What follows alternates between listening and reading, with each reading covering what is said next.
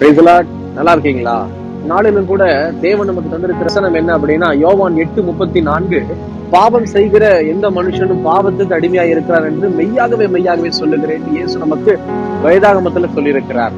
அப்போ எந்த மனுஷனும் எதுக்கு அடிமையா இருக்கிறான்னா, பாவத்துக்கு அடிமையா இருக்கிறான். இன்னைக்கு நமக்கு தெரியும் இது பாவம்னு தெரியும், ஆனா அந்த பாவத்திலிருந்து விடுதலையாக முடியல. அப்படிதான் ஒரு வாலிப பையன் இதோ நான் பிரசங்கம் செய்து முடிச்ச பிறகு கேட்டான், பிரதர் நீங்க சொல்றீங்க எனக்கு 4 நாள் தான் அந்த பாவத்தை விட முடியுது, அதுக்கப்புறம் மறுபடியும் இந்த பாவத்துக்குள்ள விழுகிறேனே, எனக்கு எப்படி ஒரு விடுதலை உண்டாகும்னு சொல்லி அவன் கேட்ட போது நான் ஒண்ணு சொன்னேன், உனக்காக நான் ரத்தம் சிந்தல, நான் அடிக்கப்படல, ஆனா உனக்காக ரத்தம் சிந்தினவர், அடிக்கப்பட்டவர், 3ஆம் நாள் உயிரோடு எழுந்தவர் ஒருத்தர் இருக்கிறார், அவர் பேர் தான் நசரேயனாகிய இயேசு.